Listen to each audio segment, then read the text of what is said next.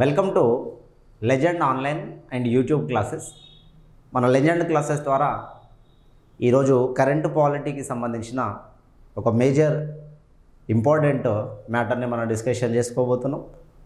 ఇందులో భాగంగా ఈరోజు మనం మాట్లాడుకోవాల్సినటువంటి ప్రధానమైన విషయం ఏంటంటే, ఇక్కడ మీకు ఆల్రెడీ అర్థమయ్యే ఉంటుంది ఆ పాయింట్ ఏంటనేది. Presidential rule imposed in the place of Manipur. మణిపూర్లో రాష్ట్రపతి పాలన విధించారు. ఫిబ్రవరి 13 రోజున మణిపూర్లో రాష్ట్రపతి పాలన విధిస్తూ రాష్ట్రపతి ఒక నోటిఫికేషన్ని రిలీజ్ చేయడం జరిగింది. అంటే ఈ రోజు నుంచి రాష్ట్రపతి పాలన అమల్లోకి వస్తుంది.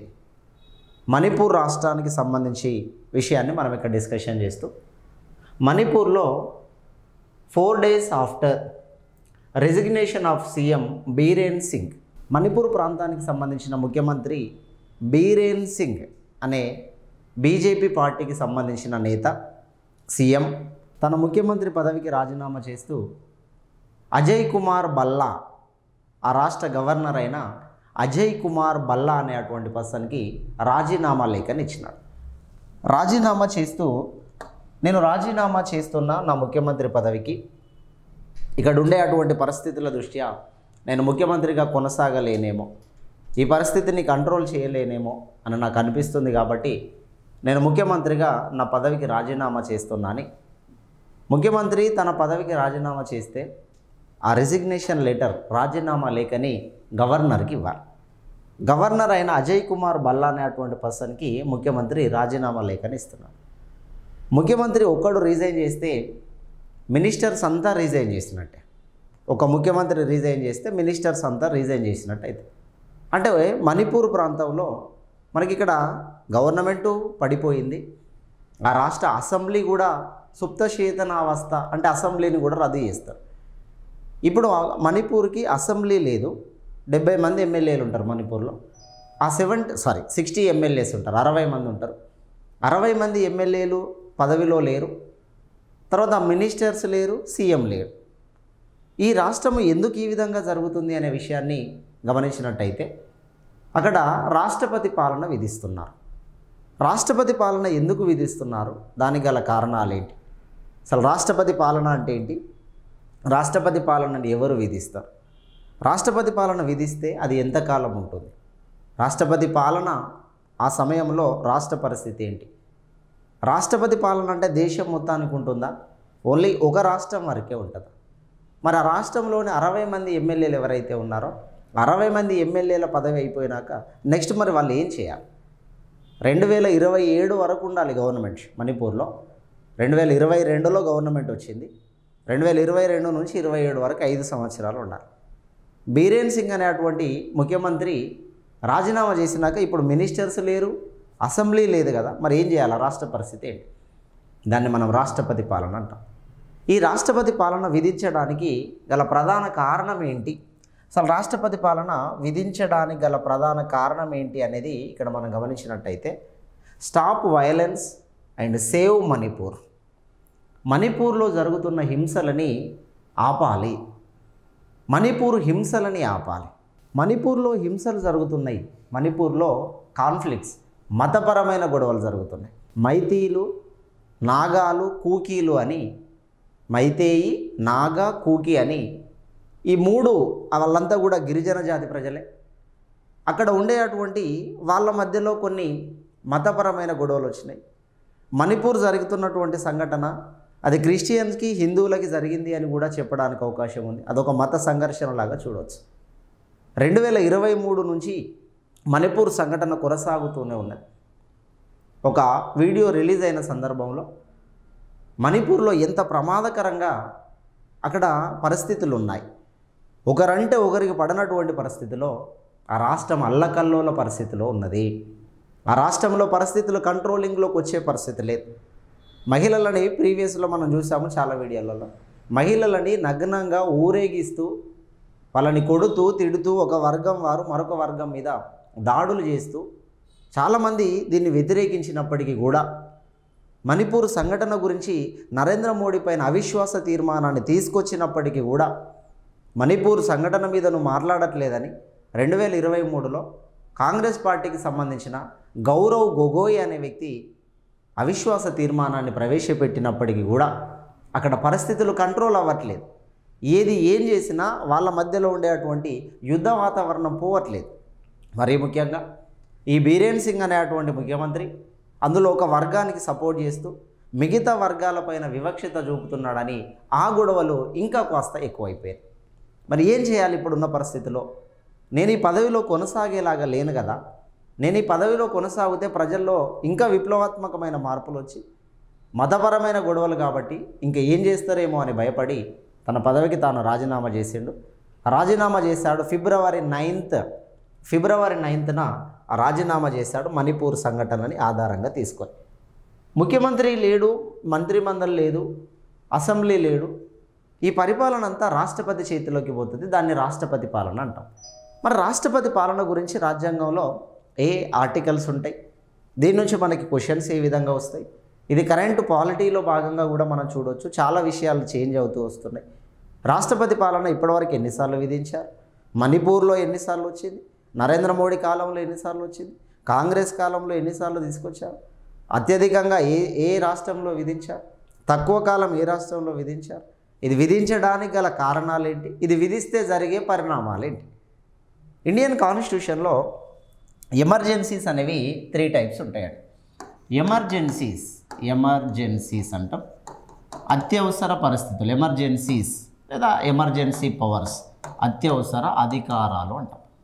అత్యవసర అధికారాలు అనేవి మనకి ఇండియన్ కాన్స్టిట్యూషన్లో 18th పార్ట్ 18వ భాగంలో ఉంటాయి. 18th పార్ట్ 18వ భాగంలో అత్యవసర పరిస్థితులు ఉంటాయి. ఈ 18వ భాగంలో అత్యవసర పరిస్థితులు ఏవైతే ఉన్నాయో 18వ భాగంలో ఉండేటువంటి అత్యవసర పరిస్థితులు మనకి ఏ దేశం నుండి తీసుకున్నాము అనేది ఇక్కడ మనం గమనిస్తే వెస్ట్ జర్మనీ రాజ్యాంగం నుండి పశ్చిమ జర్మనీ రాజ్యాంగం నుండి అత్యవసర పరిస్థితులు తీసుకున్నాం. ఈ పశ్చిమ జర్మనీ రాజ్యాంగం నుండి తీసుకున్న అత్యవసర పరిస్థితులు పశ్చిమ జర్మనీ రాజ్యాంగం నుండి అత్యవసర పరిస్థితులను తీసుకున్నాం. అత్యవసర పరిస్థితులు 3 రకాలుగా మనకు ఉంటాయి. ఎమర్జెన్సీలో 18th పార్ట్లో ఉన్నాయి. 18th పార్ట్లో ఆర్టికల్ నెంబర్ 352 నుండి 360 అనే ఆర్టికల్స్ ఏవైతే ఉన్నాయో 352 నుండి 360 అనే ఆర్టికల్స్ అన్నీ ఎమర్జెన్సీస్ గురించి చెప్తాయి. అత్యవసర పరిస్థితులు మనకి 3 రకాలుగా ఉంటాయి. జాగ్రత్తగా దీన్ని గమనించాలి. అత్యవసర పరిస్థితులు 3 రకాలుగా ఉంటాయి. ఈ 3 రకాల అత్యవసర పరిస్థితులు 3 వేరు ఆర్టికల్ల ద్వారా ఉంటాయి. ఒకటి నేషనల్ ఎమర్జెన్సీ జాతీయ అత్యవసర పరిస్థితి 352 ఆర్టికల్, జాతీయ అత్యవసర పరిస్థితి. రెండవది ప్రెసిడెన్షియల్ రూల్ రాష్ట్రపతి పాలన 356 ఆర్టికల్. దీన్నే కాన్స్టిట్యూషనల్ ఎమర్జెన్సీ అని కూడా పిలుస్తాం. కాన్స్టిట్యూషనల్ ఎమర్జెన్సీ, ప్రెసిడెన్షియల్ రూల్, తెలుగులో రాష్ట్రపతి పాలన. ఫైనాన్షియల్ ఎమర్జెన్సీ ఆర్థిక అత్యవసర పరిస్థితి. ఫైనాన్షియల్ ఎమర్జెన్సీ అంటే ఆర్థిక అత్యవసర పరిస్థితి, ఆర్టికల్ నెంబర్ 360. ఈ 3 అత్యవసర పరిస్థితులు చాలా ప్రామాణికమైనవి దేశంలో. అత్యవసర పరిస్థితులు ఎందుకు తీసుకురావాలి అసలు ఈ దేశం? డాక్టర్ అంబేద్కర్ మాట్లాడుతూ విపత్కాల పరిస్థితుల్లో ఈ దేశాన్ని కాపాడడానికి ఆపత్కాల మార్గాలు ఏమన్నా ఉన్నాయంటే అత్యవసర పరిస్థితులు.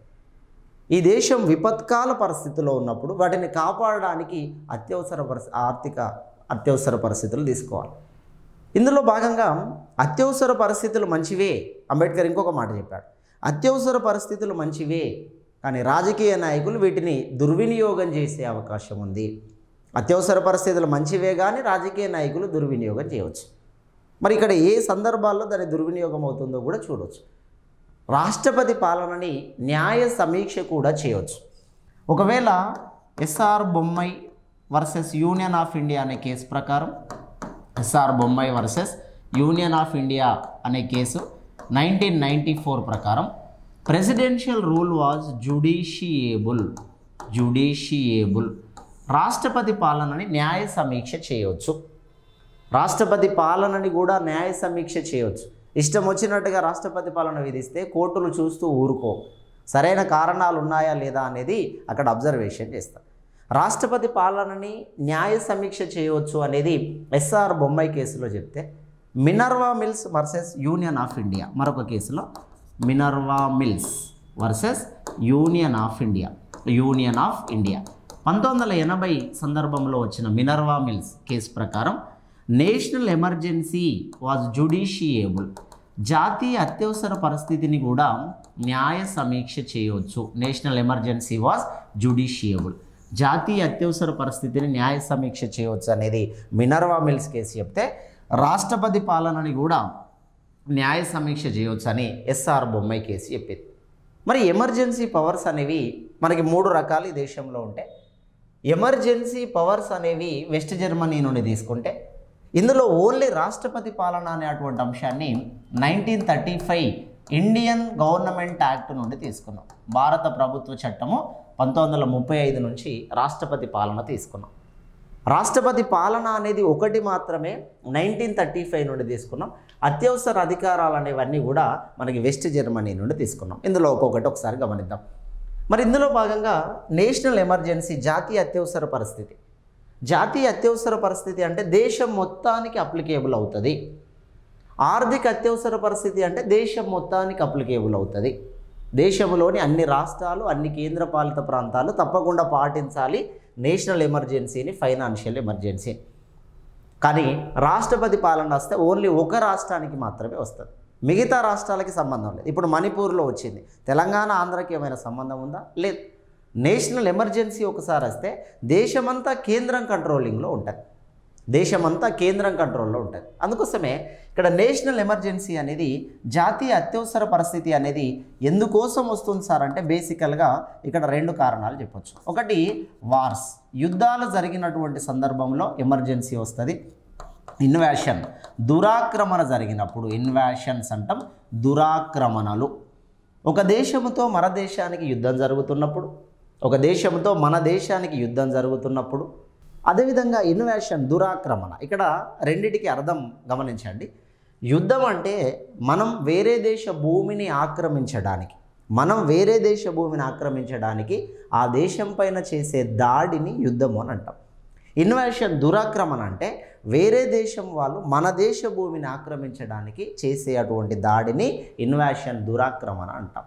మన భూమిని ఆక్రమించడానికి చేస్తే దురాక్రమణ, మనం వేరే దేశ భూమిని ఆక్రమించడానికి చేస్తే యుద్ధం.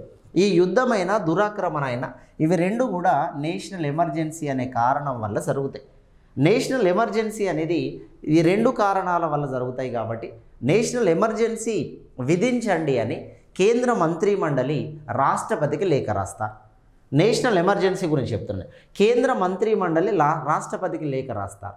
లేఖ అనేది ఖచ్చితంగా రాయాలి రిటర్న్ రూపంలో. లేఖ అనేది లేకుండా ఓరల్గా చెప్తే నడవదు. ఇక్కడ కేంద్ర మంత్రి మండలి రాష్ట్రపతికి లేఖ రాస్తే రాష్ట్రపతి ఆ లేఖని పార్లమెంటులో ప్రవేశపెడతాడు. పార్లమెంటులోని 2 సభలు కూడా 2 నెలల్లోగా పాటించాలనే ఫస్ట్ కండిషన్ ఉండే. పార్లమెంటులోని 2 సభలు 2 నెలల్లోగా పాటించాలని ఉండేది స్టార్టింగ్లో. దాన్ని మొరార్జీ దేశాయ్ వచ్చినాక 1978లో 44th కాన్స్టిట్యూషనల్ అమెండ్మెంట్ ద్వారా, మొరార్జీ దేశాయ్ గవర్నమెంట్లో 1978 44th కాన్స్టిట్యూషనల్ అమెండ్మెంట్ ద్వారా 2 monthsని కాస్త 1 monthకి తగ్గించాడు. అంటే ఇప్పుడున్నటువంటి పరిస్థితి ప్రకారం నేషనల్ ఎమర్జెన్సీని పార్లమెంటులోని 2 సభలు 1 నెలలోగా ఆమోదించాలి. 1 నెలలోగా పార్లమెంటులోని 2 సభలు ఆమోదించాల్సిన పరిస్థితి ఉంటుంది. మరి 1 నెలలోగా 2 సభలు ఆమోదించేటప్పటికి అప్పటికి లోకసభ లేకపోయినా రాజ్యసభ ఆమోదించిన అమలులోకి వస్తుంది. ఒకసారి నేషనల్ ఎమర్జెన్సీ అమలులోకి వస్తే, ఒకసారి ఇది అమలులోకి వస్తే 6 నెలలు కొనసాగుతుంది. ఒకసారి వస్తే 6 నెలలు, మళ్ళీ 6 నెలలు 6 నెలలు 6 నెలలు ఎన్ని రోజులైనా కొనసాగించుకోవచ్చు. గరిష్ట కాల పరిమితి అనేది ఉండదు. నేషనల్ ఎమర్జెన్సీ ఒకసారి వస్తే 6 months ఉంటుంది. ఆ 6 months నువ్వు ఎన్ని రోజులైనా టైం పొడిగించుకోవచ్చు. ప్రతి 6 నెలలకు ఒకసారి పార్లమెంట్ దగ్గర పర్మిషన్ తీసుకోవాలి. పార్లమెంట్ పర్మిషన్ ఇస్తేనే మళ్ళీ 6 నెలలు ఎక్స్టెన్షన్ అవుతుంది. ఇది ఒక పాయింట్. నేషనల్ ఎమర్జెన్సీని మధ్యలో రద్దు చేయాలి అని అనుకుంటే రద్దు చేసే అధికారం రాష్ట్రపతికి ఉంటుంది, రద్దు చేసే అధికారం లోక్సభకి ఉంటుంది. లోక్సభలో 1/10 మంది ఆ సమావేశాలు అప్పటికప్పుడు లోక్సభలో సమావేశాలు ఏర్పాటు చేసుకొని, ఆ టైంకి సమావేశాలు లేకపోయినా సమావేశాన్ని ఏర్పాటు చేసుకొని ఆ సమావేశాల్లో ఈ తీర్మానాన్ని రద్దు చేసి ఇక నుంచి నేషనల్ ఎమర్జెన్సీని రద్దు చేస్తున్నాం, ప్రజలంతా స్వేచ్ఛాయుతంగా ఉండండి. మరి నేషనల్ ఎమర్జెన్సీ ఉంటే ఏం జరుగుతుంది ఈ దేశంలో? నేషనల్ ఎమర్జెన్సీ ఉన్నటువంటి సందర్భంలో, జాతీయ అత్యవసర పరిస్థితి ఉన్నటువంటి సందర్భంలో అన్ని రాష్ట్ర ప్రభుత్వాలు రద్దయిపోతాయి. అన్ని రాష్ట్ర ప్రభుత్వాలు రద్దయిపోయి 144 సెక్షన్లు, కర్ఫ్యూలు వస్తాయి. ఎందుకంటే యుద్ధం జరుగుతుంది, మన దేశాన్ని ఆక్రమించుకోవడానికి వస్తున్నారు, మీరంతా మీ ఇళ్లలో జాగ్రత్తగా ఉండండి అని 144లు, అదేవిధంగా కర్ఫ్యూ లాంటి పరిస్థితులు వస్తాయి. రాష్ట్ర ప్రభుత్వాలు అన్నీ రద్దయిపోతాయి. అంటే సీఎం ఉండడు, మినిస్టర్స్ ఉండడు, ఎమ్మెల్యేలు ఉండరు, ఎవడు ఉండడు. రాష్ట్ర ప్రభుత్వాలు రద్దయిపోతాయి. రాష్ట్ర ప్రభుత్వాలు రద్దయినాక రాష్ట్ర ప్రభుత్వంలో ఉండే అటువంటి బిల్లులు కానీ, రాష్ట్ర ప్రభుత్వానికి సంబంధించిన బడ్జెట్లు కానీ ఆ టైంలో పార్లమెంటు చూసుకుంటుంది. రాష్ట్రానికి సంబంధించినటువంటి బిల్లులపైన నేషనల్ ఎమర్జెన్సీ టైంలో రాష్ట్ర ప్రభుత్వాలు రద్దయితాయి కాబట్టి రాష్ట్రానికి సంబంధించినటువంటి బిల్లులపైన రాష్ట్రపతి ఆర్డినెన్స్ జారీ చేస్తారు. ఏ సమయంలో రాష్ట్ర బిల్లులపైన రాష్ట్రపతి ఆర్డినెన్స్ ఇస్తాడు అంటే నేషనల్ ఎమర్జెన్సీ టైంలో ఆర్డినెన్స్ ఇస్తాడు. సరే, ఇది ఈ విధంగా కొనసాగుతుంది. మరి నేషనల్ ఎమర్జెన్సీ ఉన్నప్పుడు రాష్ట్ర ప్రభుత్వ బిల్లులన్నీ పార్లమెంటుకు పోతాయి. అన్ని రాష్ట్రాలను కాపాడాల్సిన బాధ్యత కేంద్ర ప్రభుత్వం దగ్గర ఉంటుంది. రాష్ట్రాలని ఆర్థికంగా కూడా కాపాడాల్సింది కేంద్ర ప్రభుత్వమే కాబట్టి అన్ని రాష్ట్రాలని కేంద్రపాలిత ప్రాంతాలు తన కంట్రోలింగ్లోకి తీసుకుంటాయి. నేషనల్ ఎమర్జెన్సీ టైంలో లోక్సభ కాలాన్ని, ఎమ్మెల్యే సభల కాలాన్ని 5 నుంచి 6 సంవత్సరాలు, అంటే 1 సంవత్సరం పెంచవచ్చు, 1 సంవత్సర కాలం పాటు పెంచవచ్చు. లోక్సభని, ఎమ్మెల్యే సభల కాలాన్ని 1 సంవత్సరం పెంచుకోవడానికి భారతదేశంలో అతిపెద్ద లోక్సభ 5వ లోక్సభ. 5వ లోక్సభ అతిపెద్ద లోక్సభ ఎందుకైంది? 1971 నుండి 1977 వరకు 5వ లోక్సభ దాదాపుగా 6 సంవత్సరాలు, 5 సంవత్సరాల 10 నెలలు అంటాం, దాదాపు 6 సంవత్సరాలు 5వ లోక్సభ కొనసాగింది. అంటే ఇది విధించినటువంటి సందర్భంలో ఈ దేశంలో చాలా రకాల మార్పులు జరుగుతున్నాయని చెప్తున్నాం. ఒకవేళ నేషనల్ ఎమర్జెన్సీ రద్దయితే రద్దయినప్పటి నుంచి 6 నెలల్లోగా మళ్ళీ పార్లమెంట్ ఎలక్షన్స్ జరగాలి. ఏ రోజైతే రద్దవుతాయో రద్దయినప్పటి నుంచి 6 నెలల్లోగా పార్లమెంట్ ఎలక్షన్ జరిగి కొత్త గవర్నమెంట్ని తీసుకురావాల్సి ఉంటుంది. ఎమర్జెన్సీ టైంలో రాష్ట్రపతికి అధికారాలు ఉంటాయి కాబట్టి రాష్ట్రపతి చేసే అటువంటి చట్టాలు 6 నెలలు మాత్రమే కొనసాగుతాయి. రాష్ట్రపతి చేసిన ఏ చట్టమైనా 6 నెలలు ఉంటుంది. 6 నెలలలోగా మళ్ళీ ఎలక్షన్స్ తీసుకురావాల్సి ఉంటుంది. ఇది నేషనల్ ఎమర్జెన్సీ. నేషనల్ ఎమర్జెన్సీ అనేది దేశానికి 3 సందర్భాల్లో వచ్చింది. నేషనల్ ఎమర్జెన్సీ భారతదేశంలో 3 సందర్భాల్లో వచ్చింది. ఆ 3 సందర్భాల్లో నేషనల్ ఎమర్జెన్సీ, ఇలా ఏ సందర్భాల్లో నేషనల్ ఎమర్జెన్సీని తీసుకున్నామో మనం చూసినట్టయితే 3 సందర్భాల్లో నేషనల్ ఎమర్జెన్సీ. ఒకటి 1962లో ఇండియా చైనాకి మధ్య యుద్ధం జరిగింది. 1971లో ఇండియా పాకిస్తాన్కి యుద్ధం జరిగింది. 1975లో ఇందిరాగాంధీ ఎలక్షన్ డిస్ప్యూట్ అంటాం, ఇందిరాగాంధీ ఎన్నిక వివాదము అనే పేరుతో మనం పిలుస్తాం. ఇప్పటివరకు నేషనల్ ఎమర్జెన్సీ అనేవి 3 సార్లు వచ్చినాయండి. ఒకటి ఇండియా చైనాతో యుద్ధం జరిగింది 1961 నుండి 68 వరకు. ఇండియా పాకిస్తాన్తో యుద్ధం జరిగింది 71 నుండి 77 మార్చి 21 వరకు. 1975లో ఇందిరాగాంధీ ఎలక్షన్ గురించి మనకి ఎమర్జెన్సీ వచ్చింది 1975 జూన్ 25 నుంచి 1977 మార్చి 21 వరకు.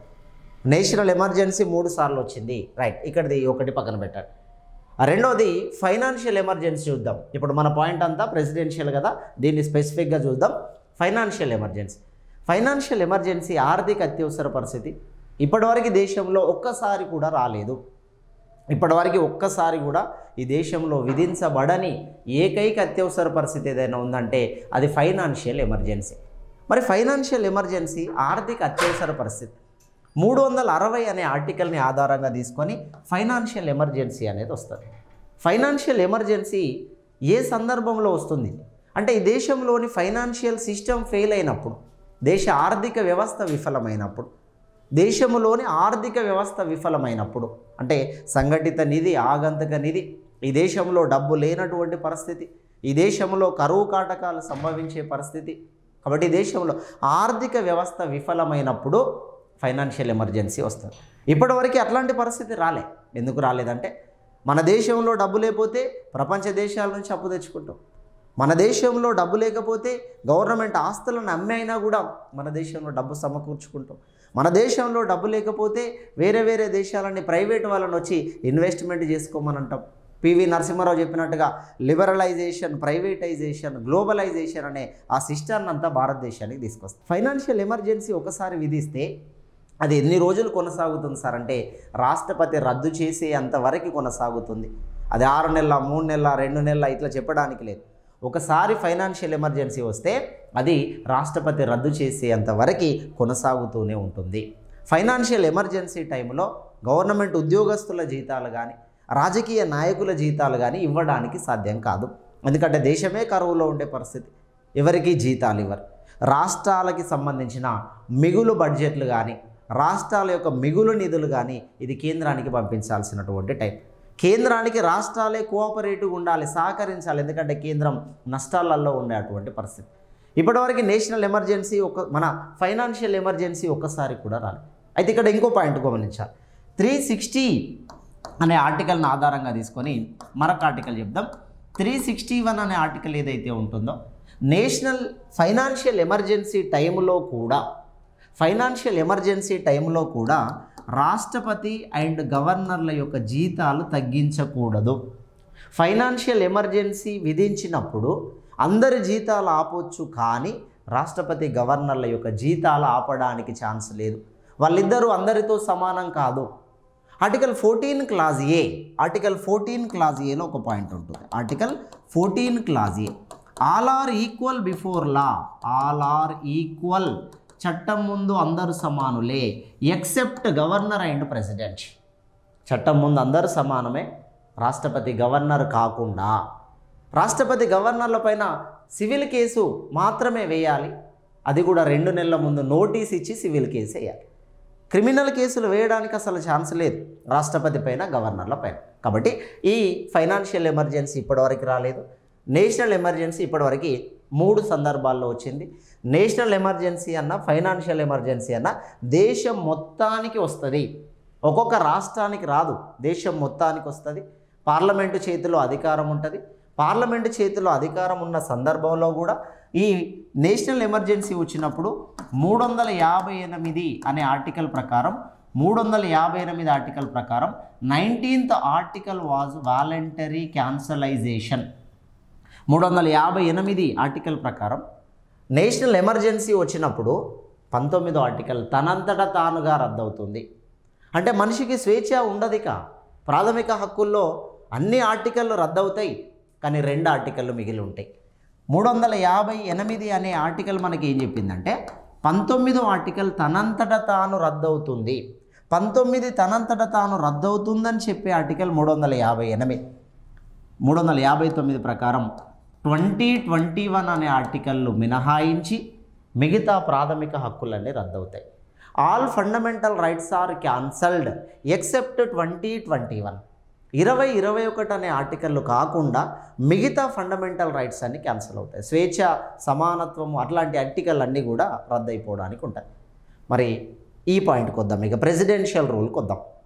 రాష్ట్రపతి పాలన ఎందుకు విధిస్తారు, మణిపూర్లో ఏం జరిగిందని విధించాము. ఇక్కడ మనం మాట్లాడుకుంటే రాష్ట్రపతి పాలన ప్రెసిడెన్షియల్ రూల్ అంటాం మనం. ప్రెసిడెన్షియల్ రూల్, రాష్ట్రపతి పాలన విధించాలి అనే అటువంటి అంశాన్ని గురించి ఒక 3 ఆర్టికల్లు చెప్తాయి. మనకు తెలిసింది అంటే మీ అందరికీ అర్థమైనప్పటికీ కొన్ని ముఖ్యమైన విషయాలు ఇక్కడ గమనిస్తూ నేర్చుకోవాల్సిన సందర్భం. రాష్ట్రపతి పాలన గురించి 3 ఆర్టికల్లు చెప్తాయి. ఆర్టికల్ 355 రాష్ట్రపతి పాలన గురించే చెప్తుంది. ఆర్టికల్ 356 రాష్ట్రపతి పాలన గురించే తెలియజేస్తుంది.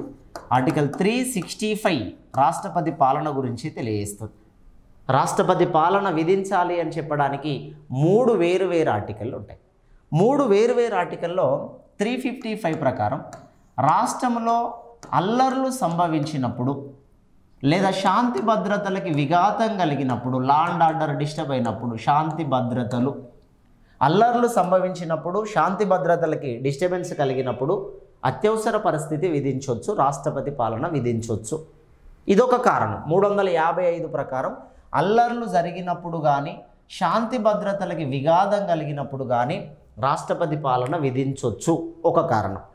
తర్వాత 365 ఆర్టికల్ ప్రకారం కేంద్రం చేసినటువంటి చట్టాలకి కానీ కేంద్రం చేసుకున్నటువంటి నియమాలకు కానీ రాష్ట్రాలు విరుద్ధంగా ఉన్నప్పుడు కేంద్రం మాట విననప్పుడు అంతే. ఇక కేంద్రం చేసిన చట్టాలకు కానీ కేంద్రం తీసుకొచ్చిన నియమ నిబంధనలకు కానీ రాష్ట్రాలు విరుద్ధంగా ఉన్నప్పుడు కూడా రాష్ట్రపతి పాలన. ఇవి 2 కారణాల గురించి తెలియజేస్తే రాష్ట్రపతి పాలన విధించాలి అని చెప్పే అటువంటి ఆర్టికల్ 356 ఆర్టికల్ రాష్ట్రపతి పాలన అనే దాని గురించి మనకు చెప్తాం. రాష్ట్రపతి పాలనని మనం ప్రెసిడెన్షియల్ రూల్ అన్నాం. దీన్నే కాన్స్టిట్యూషనల్ ఎమర్జెన్సీ, రాజ్యాంగ అత్యవసర పరిస్థితి, కాన్స్టిట్యూషనల్ ఎమర్జెన్సీ, రాజ్యాంగ అత్యవసర పరిస్థితి లేదా రాష్ట్రపతి పాలన అంటాం. అంటే రాష్ట్రపతి పాలన విధించాలని 356 చెప్తే ఏ కారణాల వల్ల విధించాలో ఈ 2 కారణాలు మనకు చెప్తున్నాయి. అల్లర్లు జరిగినప్పుడు, శాంతి భద్రతలు, కేంద్రం చట్టాలు లేదా నియమ నిబంధనలు రాష్ట్రం పాటించినప్పుడు. మరి ఇప్పుడు జరిగిందంతా కూడా అల్లర్లు జరుగుతున్నాయి కాబట్టి రాష్ట్రపతి పాలన రావాలి. రాష్ట్రపతి పాలన విధించాల్సినటువంటి పరిస్థితులలో మనం ప్రధానంగా ఏం చెప్పాలంటే రాష్ట్రములోని రాజ్యాంగ యంత్రాంగం విఫలమైనప్పుడు, రాజ్యాంగ యంత్రాంగం failure of state constitutional mechanism fail అయినప్పుడు, రాష్ట్రంలోని రాజ్యాంగ యంత్రాంగం విఫలమైనప్పుడు. రాజ్యాంగ యంత్రాంగం అంటే అక్కడ అల్లర్లు జరిగేటువంటి సందర్భం, శాంతి భద్రతలు క్షీణించేటువంటి సందర్భం, ముఖ్యమంత్రులు రాజీనామా చేసిన సందర్భం, ముఖ్యమంత్రి మరణించినటువంటి సందర్భం. ఒక ముఖ్యమంత్రి రాజీనామా చేసి ఇంకొక ముఖ్యమంత్రి రెడీగా ఉంటే అక్కడ సమస్య రాదండి. ఒక ముఖ్యమంత్రి రాజీనామా చేసి మరొకడు రెడీగా ఉంటే రాష్ట్రపతి పాలన రాదు. మధ్యలో ఎక్కువ గ్యాప్ తీసుకోవాలి అని కేంద్రం అనుకున్నప్పుడే రాష్ట్రపతి పాలన వస్తుంది. ఎక్కువ గ్యాప్ తీసుకున్నప్పుడు, ముఖ్యమంత్రి మరణించాడు వెంటనే రాష్ట్రపతి పాలన రాదు. ఎక్కువ గ్యాప్ ఉండాల్సినటువంటి పరిస్థితి ఉన్నప్పుడే రాష్ట్రపతి పాలన తీసుకొస్తాం.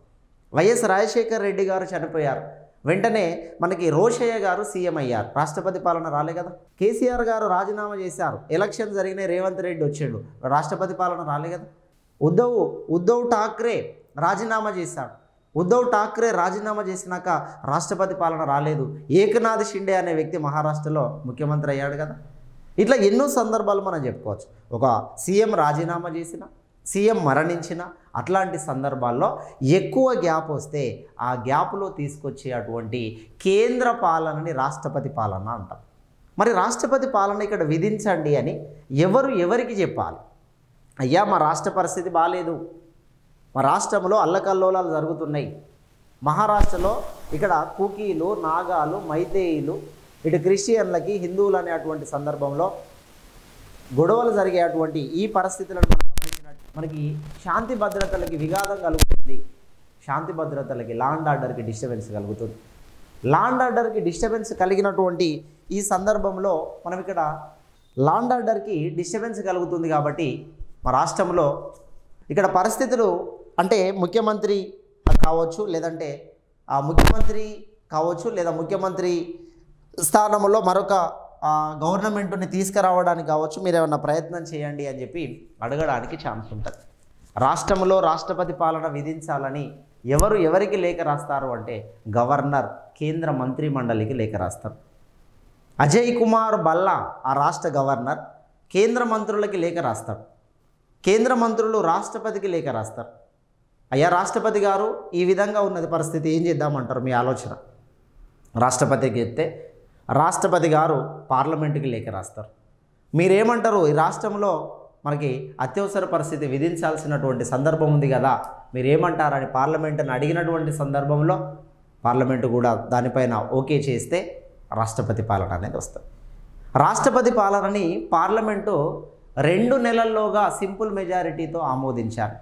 2 నెలల్లోగా సింపుల్ మెజారిటీతో ఆమోదించారు. రాష్ట్రపతి పాలన విధిస్తే 6 నెలల అమల్లో ఉంటుంది. మళ్ళీ 6 నెలలు పొడిగించాలంటే పార్లమెంటు పర్మిషన్ తీసుకోవాలి. పార్లమెంటు ఎంత కాలానికి ఛాన్స్ ఇస్తుంది సార్? 6 నెలలు మ్యాక్సిమం గరిష్ట కాల పరిమితి అంటాం. మ్యాక్సిమం గరిష్టంగా 3 ఇయర్స్ వరకు మాత్రమే మ్యాక్సిమం టైం. రాష్ట్రపతి పాలన 3 ఇయర్స్ వరకు విధించవచ్చు.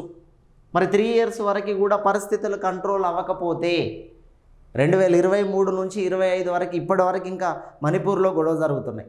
ఇంకో 2-3 సంవత్సరాల వరకు కూడా సెట్ అవ్వకపోతే ఏం చేస్తారు? అప్పుడు రాజ్యాంగ సవరణ చేయాలి.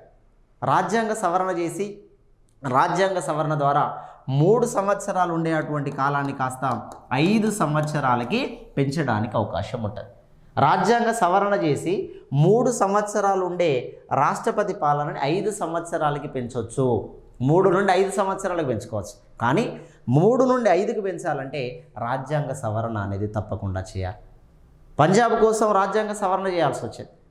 మొదటిసారిగా రాష్ట్రపతి పాలన పంజాబ్లో విధించినాం. 1951 టైంలో మొదటిసారి రాష్ట్రపతి పాలన ఈ దేశంలో పంజాబ్ రాష్ట్రంలో వచ్చింది.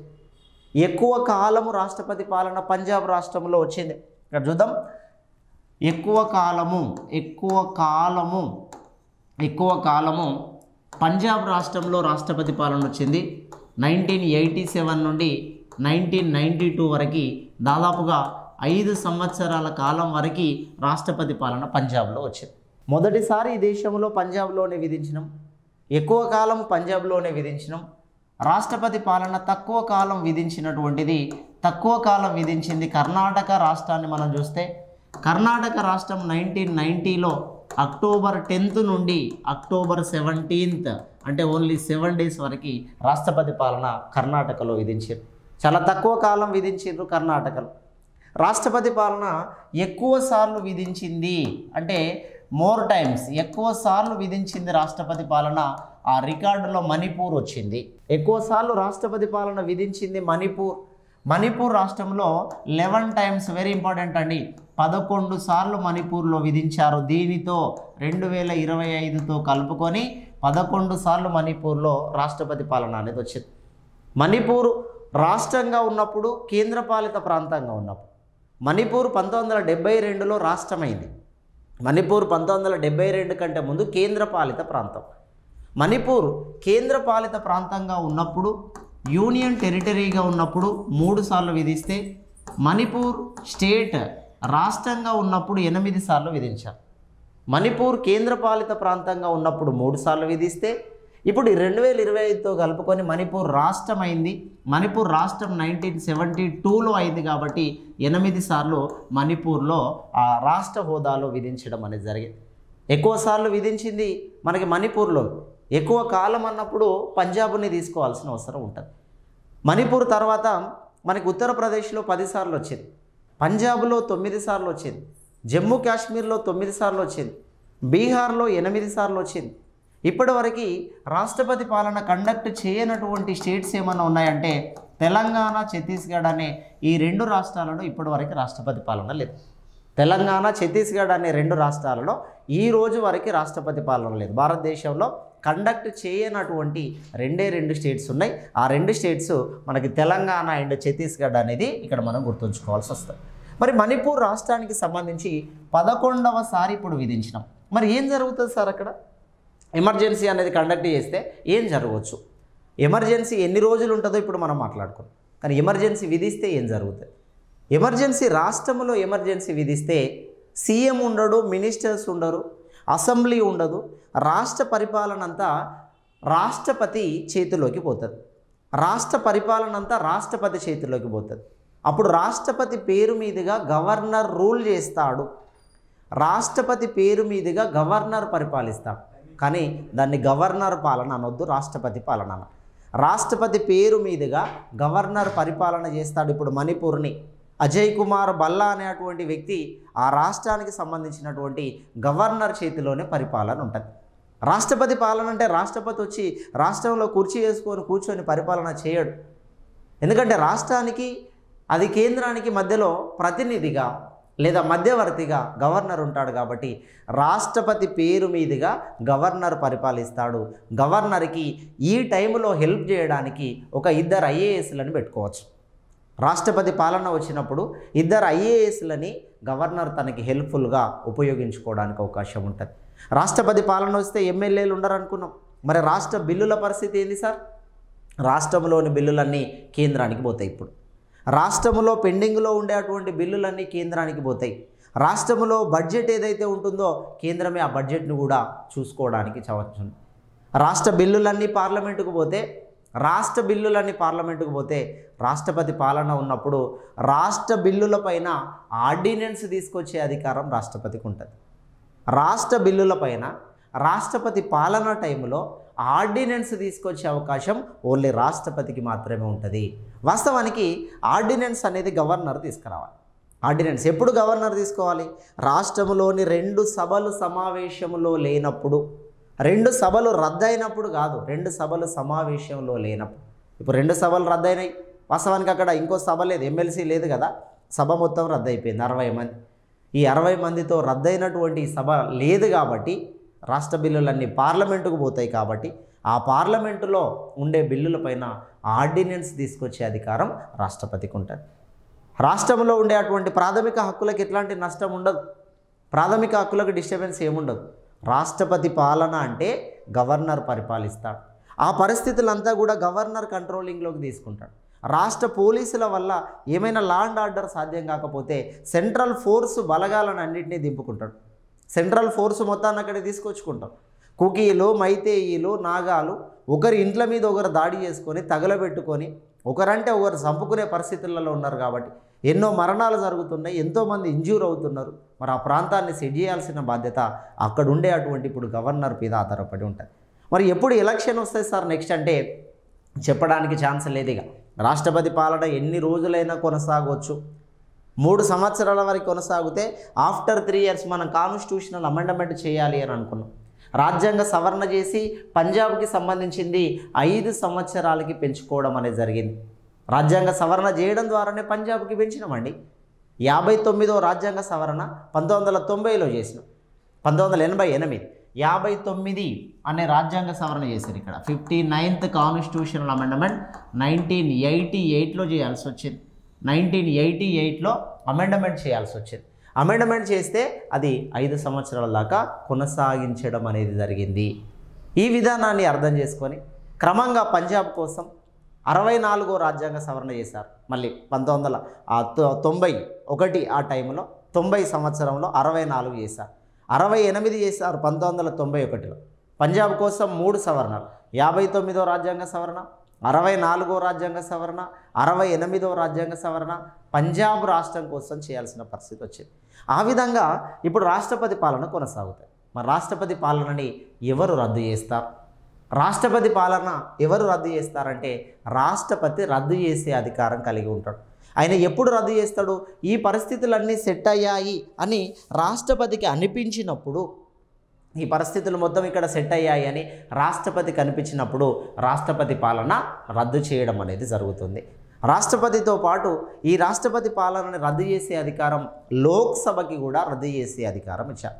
మరి రాష్ట్రపతి పాలన గురించి మనం చూస్తున్నప్పుడు రాష్ట్రపతి పాలన మణిపూర్లో 11 సార్లు అనుకున్నాం. ఇప్పటి వరకు దేశం మొత్తంలో కలుపుకొని 2025 వరకు దేశం మొత్తంలో కలుపుకొని 134వ సారి ఈసారి విధించినటువంటి ఎమర్జెన్సీ 134th టైం 134వ సారి ఎమర్జెన్సీ విధించారు. ఈ 134వ సారి ఎమర్జెన్సీ విధించారు. మణిపూర్ వరకైతే ఇది 11వ సారి, దేశం మొత్తానికి ఇది 134వ సారి. 2025లో ఇక్కడ విధిస్తే దీనికంటే ముందు చూసినట్టయితే 2021లో పుదుచ్చేరి ప్రాంతంలో విధించారు. అక్కడ నారాయణ స్వామి అని రాజీనామా చేసిన సీఎం, అప్పుడు పుదుచ్చేరిలో విధించాల్సి వచ్చింది. ఇక్కడ ప్రెసిడెన్షియల్ రూల్ రాష్ట్రపతి పాలన మొత్తం 134 సార్లు విధిస్తే ఈ 134 సార్లలో కాంగ్రెస్ పార్టీకి సంబంధించి ఒక పాయింట్ మనం ఇక్కడ గమనిస్తే కాంగ్రెస్ పార్టీ 88 సార్లు విధిస్తే 88లో 50 సార్లు ఇందిరాగాంధీ విధించింది. ఇందిరాగాంధీ 50 సార్లు ఈ రాష్ట్రపతి పాలనని విధించింది. ఇక మిగతా ప్రధానమంత్రుల కాలంలో అక్కడ కొన్ని విధించడం అనేది జరిగింది. మొత్తం టోటల్ క్యాలిక్యులేషన్ పట్టుకుంటే ఇప్పటివరకు 134 సార్లు వచ్చింది. గౌరవ నరేంద్ర మోడీ గారి కాలంలో 2014 నుండి 2025 వరకు నరేంద్ర మోడీ 3వసారి గవర్నమెంట్ కొనసాగే వరకు నరేంద్ర మోడీ గారు ఇప్పటివరకు విధించినటువంటి ఎమర్జెన్సీలు మోడీ గారి టైంలో వచ్చిన ఎమర్జెన్సీలు 8 సార్లు నరేంద్ర మోడీ గారి టైంలో మనకి రాష్ట్రపతి పాలన తీసుకురావడం జరిగింది. నరేంద్ర మోడీ గారు 8 సార్లు తీసుకొచ్చారు. ఎక్కువ సార్లు విధించింది అన్నప్పుడు మాత్రం మనకి ఇందిరాగాంధీ ఎక్కువ సార్లు దీన్ని విధించడం అనేది జరిగింది. ఈ విషయాన్ని మనం అర్థం చేసుకోవాలి. మరి రాష్ట్రపతి పాలన ఏదైతే ఉంటుందో మనకి ఆంధ్ర రాష్ట్రంలో ఉన్నది, ఆంధ్రప్రదేశ్లో ఉన్నది. రాష్ట్రపతి పాలన తెలంగాణకి ఛత్తీస్గఢ్కి లేదు, కానీ ఆంధ్ర రాష్ట్రానికి ఆంధ్రప్రదేశ్కి ఆంధ్ర రాష్ట్రానికి ఎప్పుడు వచ్చింది అనే పాయింట్ ఒకటి మనం గమనించినట్టయితే స్టేట్ ఆఫ్ ఆంధ్ర ఆంధ్ర రాష్ట్రానికి రాష్ట్రపతి పాలన 1954 నవంబర్ నుంచి దాదాపుగా 1955 మార్చి ఏప్రిల్ ఆ టైం వరకు 1954 నవంబర్ నుంచి 1955 మార్చి టైం వరకు టంగుటూరి ప్రకాశం పంతులు గారు రాజీనామా చేయడం వలన ఆంధ్ర రాష్ట్రానికి ఫస్ట్ సీఎం టంగుటూరి ప్రకాశం పంతులు గారు కాబట్టి టంగుటూరి ప్రకాశం గారు రాజీనామా చేయడం వలన బికాజ్ ఆఫ్ ఆల్కహాల్ మద్యపాన నిషేధాన్ని పాటించాలని, మద్యపాన నిషేధం కోసమని రాజీనామా చేసినటువంటి ఈ దేశంలోనే మొదటి ముఖ్యమంత్రి టంగుటూరి ప్రకాశం పంతులు. టంగుటూరి ప్రకాశం పంతులకు ఆంధ్రకేసరి అనే బిరుదు ఉంది. ఆంధ్రకేసరి అనే బిరుదు ఎప్పుడు వచ్చింది, ఏ సందర్భంలో వచ్చిందంటే సైమన్ గో బ్యాక్ అనే నినాదాన్ని చేయడం వల్ల ఆంధ్రకేసరి అనేటువంటి బిరుదుని ఆయన తీసుకోవడం అనేది జరిగింది. టంగుటూరి ప్రకాశం పంతులు గారు ఆంధ్ర రాష్ట్రానికి మొదటి ముఖ్యమంత్రి. ఆంధ్ర రాష్ట్రం అనేది 1953లో అక్టోబర్లో 1953 అక్టోబర్ 1న ఆంధ్ర రాష్ట్రం అనేది ఏర్పడింది. అక్టోబర్ 1న ఆంధ్ర రాష్ట్రం ఏర్పడింది. ఆంధ్ర రాష్ట్రానికి ఫస్ట్ సీఎం టంగుటూరి ప్రకాశం పంతులు. 1953 నుండి 54 వరకు టంగుటూరి ప్రకాశం పంతులు ఉన్నాడు. 54 నవంబర్ నుంచి 55 మార్చి వరకు దాదాపుగా అక్కడ వరకు రాష్ట్రపతి పాలన కొనసాగింది. 1955 నుంచి మళ్ళీ 56 ఆంధ్రప్రదేశ్ ఏర్పడే వరకు 55 నుంచి 56 వరకు బెజవాడ గోపాల్ రెడ్డి అనే పర్సన్ మళ్ళీ మనకి సీఎంగా నియమించబడ్డాడు. ఆంధ్ర రాష్ట్రానికి ఫస్ట్ సీఎం టంగుటూరి ప్రకాశం పంతులు, చివరి సీఎం బెజవాడ గోపాల్ రెడ్డి. ఈ బెజవాడ గోపాల్ రెడ్డి టైం అయిపోయినాక ఆంధ్రప్రదేశ్ వచ్చింది. ఆంధ్రప్రదేశ్ 1956 నవంబర్ 1న ఏర్పడితే ఆంధ్రప్రదేశ్కి మొదటి సీఎంగా నీలం సంజీవరెడ్డి గారు వచ్చినారు. అయితే 1954లో ఇది జరిగింది ఆంధ్ర రాష్ట్రం. ఆంధ్రప్రదేశ్లో మొదటిసారి 1973 జనవరి టు డిసెంబర్ వరకు వచ్చింది. 1973 జనవరి టు డిసెంబర్ ఈ మధ్య కాలంలో ఎందుకు వచ్చిందంటే పివి నరసింహారావు గారు రీజైన్ చేయడం వల్ల వచ్చింది. 1971 నుండి 1973 వరకు 71 నుండి 73 వరకు పివి నరసింహారావు గారు ముఖ్యమంత్రిగా ఉన్నారు. ఆ ముఖ్యమంత్రిగా ఉన్న టైంలో 73లో జై ఆంధ్ర ఉద్యమం వలన బికాజ్ ఆఫ్ జై ఆంధ్ర ఉద్యమం వలన పివి నరసింహారావు గారు రాజీనామా చేస్తే 1 సంవత్సర కాలం పాటు రాష్ట్రపతి పాలన వచ్చింది. ఇక తర్వాత పివి నరసింహారావు గారు పదవులను చూసినట్టయితే పివి నరసింహారావు గారు ప్రధానమంత్రిగా కూడా చేశారు. ప్రధానమంత్రిగా 91 నుంచి 96 వరకు చేశారు.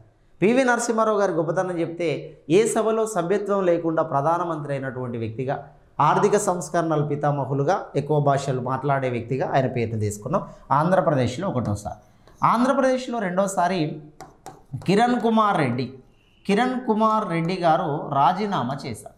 కిరణ్ కుమార్ రెడ్డి గారు రాజీనామా చేసింది 2014లో రాజీనామా చేశారు. 2014 మార్చి 1 నుండి ఈ రాష్ట్రపతి పాలన అనేది కొనసాగింది. జూన్ 2 వరకు కొనసాగింది. మార్చి 1 నుండి జూన్ 2 వరకు రాష్ట్రపతి పాలన అనేది కొనసాగింది. ఆంధ్రప్రదేశ్లో ఇది 2వసారి రాష్ట్రపతి పాలన. రాష్ట్రపతి పాలన ఆంధ్రప్రదేశ్లో 2 సార్లు వచ్చింది. ఆంధ్ర రాష్ట్రంలో 1 సారి వచ్చింది. ఇలా రాష్ట్రాలని ఒక్కొక్క దానిని చూస్తూ వెళ్ళినప్పుడు 134 సార్లు రాష్ట్రపతి పాలన దేశంలో వచ్చింది. అందులో ఎక్కువ సార్లు విధించిందంటే మణిపూర్, ఎక్కువ కాలము విధించిందంటే మనకి పంజాబ్ని ఎక్కువ కాలం అంటాం. మనకి తక్కువ సార్లు విధించింది, తక్కువ కాలం విధించిందంటే మనకి కర్ణాటక రాష్ట్రాన్ని చెప్పాల్సిన సందర్భం ఉంటుంది. రాష్ట్రపతి పాలన ఇష్టం వచ్చినట్టుగా వాళ్ళకి స్వలాభం కోసం విధించుకోవడం, లేదా ఆ పరిస్థితులని మన పార్టీ కంట్రోల్ చేస్తలేదు, నెక్స్ట్ మన పార్టీ వాళ్ళందరినీ ఏదో కూర్చొని మౌలి చేసుకొని మళ్ళీ మనమే పరిపాలిద్దామనే ఆ ఉద్దేశంతో, ఆ కోణంతో ఒకవేళ రాష్ట్రపతి పాలన అనేది ఆ విధంగా చేసినట్టయితే, రాష్ట్రపతి పాలన స్వార్థం కోసం కానీ రాజ్యాంగానికి వ్యతిరేకమైన పద్ధతుల్లో కానీ విధించినట్టయితే ఎస్ఆర్ బొమ్మయ్య అనే అటువంటి తీర్పు ప్రకారం రాష్ట్రపతి పాలనను కూడా న్యాయ సమీక్ష చేయవచ్చు. రాష్ట్రపతి పాలనని న్యాయ సమీక్ష చేయాలని SR Bommai versus union of India 1994లో ఈ విషయాన్ని తెలియజేయడం అనేది జరిగింది. ఇదంతా ఓవరాల్గా మనకి మణిపూర్ సంఘటనకి సంబంధించినటువంటి అంశం. ఇలా మనం కరెంట్ పాలిటీకి సంబంధించిన ఎక్కడ అప్డేట్ ఉన్నా మళ్ళీ మనం అప్డేషన్లో ఉందాం. అందరూ కూడా లెజెండ్ ఆన్లైన్ క్లాసెస్ని, యూట్యూబ్ క్లాసెస్ని మనకి ఫాలో అవ్వాలని కోరుతున్నాం. Thank you so much.